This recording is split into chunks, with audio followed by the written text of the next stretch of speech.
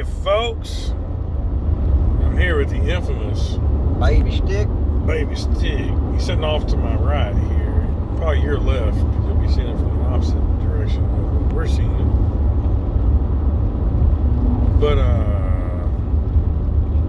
we're gonna, it's storm season with Baby Sticks. It's storm season. And I was in a tornado when I was about 19 years old. I was in culinary school. We'd all went out to the lake, and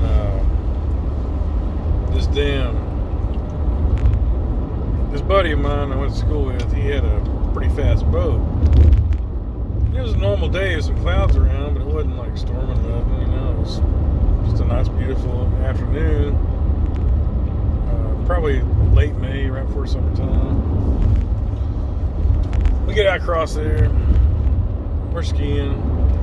I was drinking half the lake because I was pretty intoxicated. Probably should not have been on skis. So remember that, kids. Don't jar. Don't go to the lake when you're drunk and high and trying to ski. It's not a good combination. But that was my younger days. I'm sobered up now. So there's even hope for the worst of you out there. Anyway, we're out there skiing. I see some lightning off in the distance. I told the guy, I was like, hey, I'd already been skiing, so I was in the boat at this point. And somebody else was out. It was like four of us.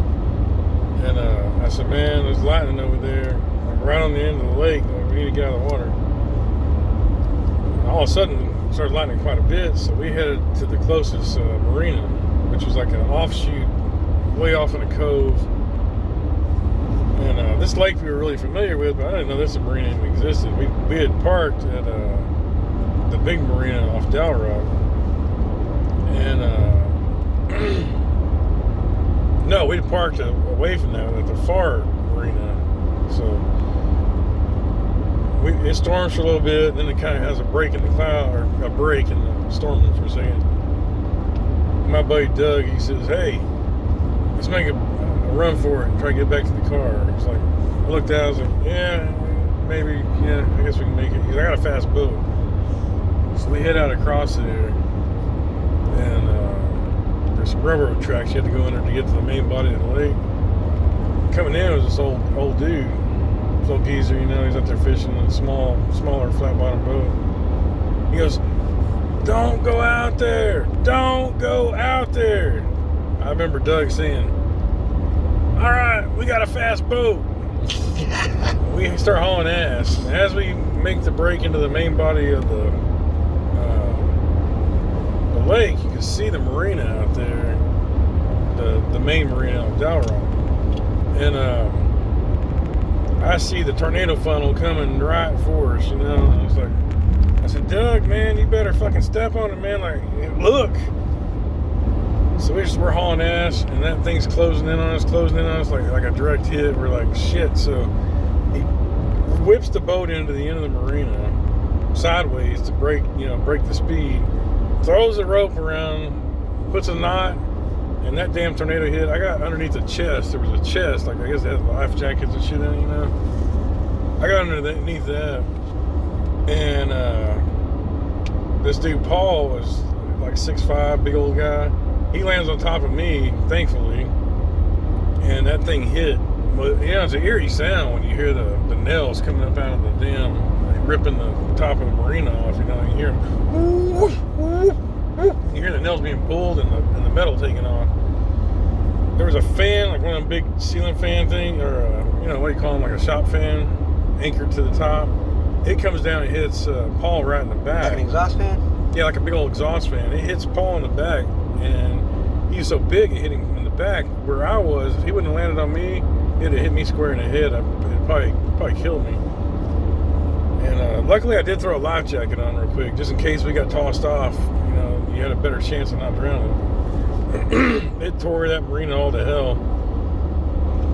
And to this day, I have a fear of tornadoes because of that. It was a scary experience.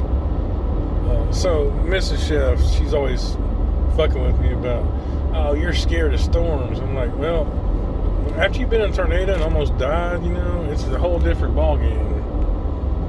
So that takes me to the point here with Baby Stick. We're going to talk about the tornado that almost hit you.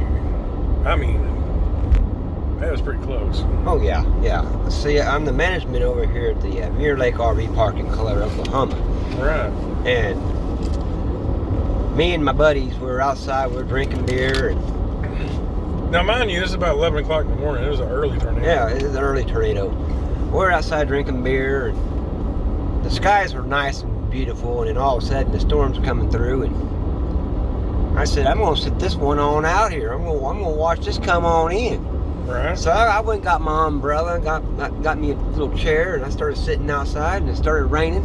They probably had a 12-pack of Cowboy cold beers. Yeah, 12-pack Cowboy cold beers. We're sitting out there, and here comes the rain. And then we got a little bit of wind coming up, about 10, 15 mile an hour. Like, nothing. You know, so we're still sitting out there enjoying the beer and partying it up. Well, next thing you know, we get 180 mile an hour winds. Tornado drops down right in front of us. Yeah, right in front of you. And I was up the street at the casino that's over by your house. And I was driving through and stopped in there because it's a big structure. And I was like, well, they start saying tornado warning, imminent danger and all that shit on my phone. So I pulled in there. I'm watching this thing from the parking garage, the second level of the parking garage. And I was like, damn, that's got to be close to Baby Stick's house, man, because he lives 4 miles from the casino, man. And I could see it coming across there, and I was like, damn, that's close. I had no idea how close it actually was. But yeah, it landed out there in the highway. It blew over 1.5 trailer homes and blew over a semi it's supposed to have been going southbound, and when he's done, he's pointing northbound upside down. Yeah, and that truck sat there for a good week. He sat there for, a good week. They disassembled that rig piece by piece. I don't know what his cargo was. It must have been like hazardous because it took him a long time to clean all that shit up. But so the tornado's coming right at Baby Stick's house. So across the road they sell mobile homes, right, or something, like a mobile home sells. I don't know what that is. I just know they got them parked. They got brand new mobile homes, like all wrapped up. I don't know if it's like a distribution center or something where they put them there and then send them to where they need to be or something. They're brand new, but yeah, it looked like 3 or 4 of them was flipped over and destroyed.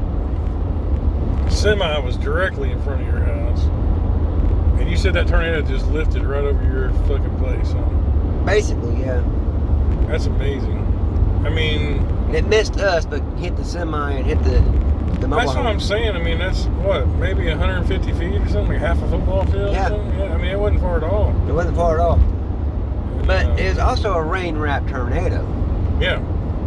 Well, I could see the funnel though in the rain from that parking garage. I had a really good vantage point of it, and I could see it. I was like, damn, it's got to be close to Baby Sticks, you know? Well, about 5 minutes later, he gives me a call. He said, damn, I'm out here drinking beer, and a fucking tornado came down, and it just lifted right over my trailer. And I mean, see, Insane Chef, that's the thing. You know that I lived in an RV camper. Right. And I didn't budge at all. I sit out there and I watched that storm just come on through and tear some shit up. Yeah, see, if it had been me, because of my past experience with the tornado and all, I'd probably been tripping out a little bit, seeing that thing coming right at us. Because I know what to expect when that happens. And the one that hit us on the lake was like it wasn't a real big one. It was like a F1, maybe an F2. It wasn't one of those gigantic, F3, F4, F5 tornadoes, but it was still a big tornado, but it wasn't like one of those monster ones.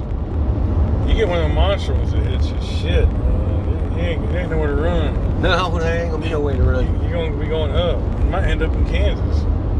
Especially you, since you're in Oklahoma, you could definitely easily end up in Kansas. Oh, shit. With Toto. With Toto, yeah. And you do have some ruby red slippers, don't you? Not yet. Not yet? You're working. He's working on you. I'm working on that, though. Just click them twice. But yeah, it's storm time down here in the Tornado Alley We both live right smack dab in the middle of Tornado Alley. Yes. And you live on one side of the river, I live on the other, and those tornadoes like to follow the river a lot. That's what it seems like. They like to follow the river.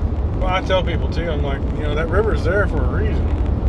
We get a lot of weather out here, because this is like where we live is right where the cold fronts and the warm fronts meet each other, so we get the worst of the worst weather.